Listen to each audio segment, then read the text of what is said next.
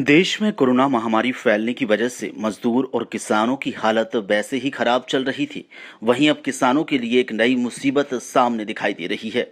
टिड्डी दल यहां मुसीबत बनकर टूट रहा है। मध्य प्रदेश के रतलाम खंडवा से होता हुआ टिड्डी दल अब बैतूल में दस्तक दे रहा है। किसान और प्रशासन दोनों मिलकर टिड्डी दल से निपटने के लिए तैयार दिखाई दे रहे हैं। भैंसदेही ब्लॉक के गोरेगांव में शाम के वक्त लाखों की संख्या में टिड्डी दल हमला बोल देता है। ग्रामीणों की माने तो यह टिड्डी दल पल भर में ही पूरी फसल चट कर जाता है। तो वहीं इस दौरान अगर देखा जाए तो कृषि वैज्ञानिक के अलावा अन्य अधिकारी हैं जो टिड्डी दल से निपटने की व्यवस्थाओं में जुटे हुए हैं। दरअसल टिड्डी पाकिस्तान, अफगानिस्तान और भारत में दाखिल हुआ, उसके बाद राजस्थान एरिया में इसने कहर बरसाया और अब देश के विभिन्न हिस्सों में यह धीरे धीरे फैलता जा रहा है। तो वहीं दवाओं का छिड़काव हो रहा है, स्प्रे किया जा रहा है, टिड्डियों को भगाने का जतन किया जा रहा है। वॉइस ऑफ राइट्स के लिए बात। और एक चीज़ कहना चाहता हूँ बहुत विशेष रूप से कि कोरोना महामारी के साथ ये एक दूसरी समस्या हमारे यहाँ पे पैदा हुई है और लगभग उतनी ही गंभीर ये भी है।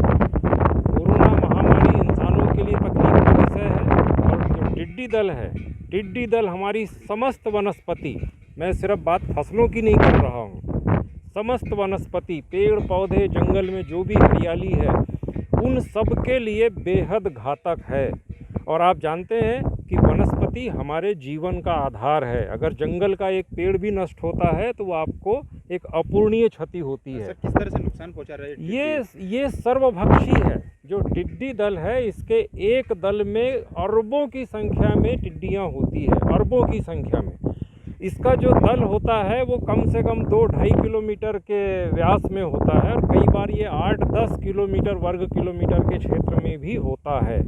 तो उतने भूभाग में, जैसे अगर 2.5 किलोमीटर है तो 2.5 किलोमीटर के भूभाग में जो भी हरियाली होगी उसको ये समूल नष्ट करेगा, पूरी तरह से खा के बर्बाद कर देगा। अभी जो फसलें लगी है वो कौन कौन सी फसलें हैं? अभी इस समय गर्मी का मौसम है और सौभाग्य से 99% एरिया हमारा खाली है, फसलें नहीं है।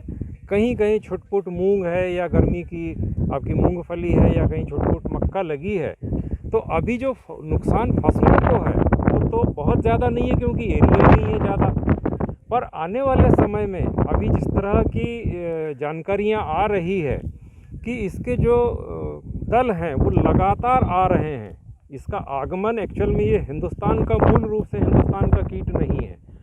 यह इस कीट का जो जीवन यापन है या जो इसका लाइफ साइकिल है, जीवन चक्र है, वो पाकिस्तान, अफ़गानिस्तान और राजस्थान का कुछ एरिया जहाँ मरुस्थल है वहाँ पे इसका जीवन चलता है। पूरे साल बच्चे पैदा होना, अंडे देना वहाँ चलता है। वहाँ से कभी कभी आंशिक रूप से ये राजस्थान के मैदानी क्षेत्रों में जहाँ फसलें बाहर आता था, पर इस साल चूँकि प्रकोप ज़्यादा गंभीर है तो ये मध्य प्रदेश में बैतूल तक आ चुका है। और चिंता का विषय ये है कि नए नए दलों का आगमन अभी रुका नहीं है। इनका आगमन रोकने के 2-3 तरीके हैं। भगाना तो इसका एक तात्कालिक लाभ है कि आपके खेत में या आपके गांव में, आपके एरिया में जहां ये आया है, जहां इसने डेरा डाला है, अगर वहां पे आप आवाज़ करेंगे, धुआं करेंगे तो ये वहां से भागेगा। पर ये इसका इलाज नहीं है। ये हुआ कि आपने भाई गोरेगांव वालों ने पूरा अभियान चलाया, भगा दिया तो आमला में चला गया, आमला वाले भगाएंगे तो कहीं और चला जाएगा। इसका सबसे सही इलाज ये है कि रात्रि में जब ये बैठता है, दिन के समय ये 10 गाँव में किस तरह की जानकारी दी जा रही है, लोगों को जागरूक किया जा रहा है इसके लिए, किसान भाइयों को?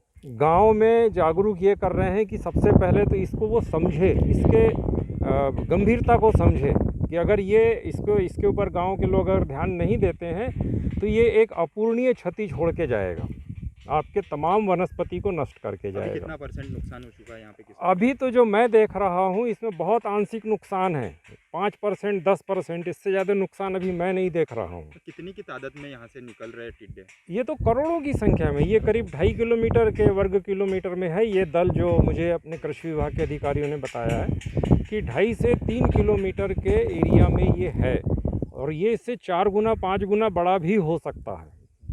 अच्छा, ये एक दल है, फिर दूसरा दल आएगा, तीसरा दल आएगा, ये सब संभावनाएं हैं।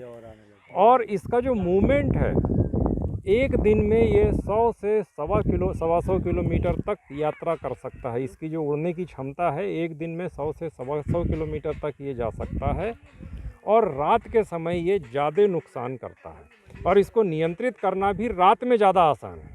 रात में जहाँ पर भी इसका दल बैठा हो, जहाँ इसने डेरा डाला हो, वहाँ पे सबसे सस्ती दवाई जो है, कीटनाशकों में सबसे सस्ती दवाई आज की तारीख में है क्लोरोपाइरीफॉस। मैं बहुत स्पष्ट रूप से मेरे किसान साथियों से, मेरे सभी ग्रामीण बंधुओं से ये निवेदन करूंगा कि क्लोरोपाइरीफॉस दवाई का छिड़काव करें, क्योंकि वो सस्ती है। मैं ये नहीं कह रहा हूँ कि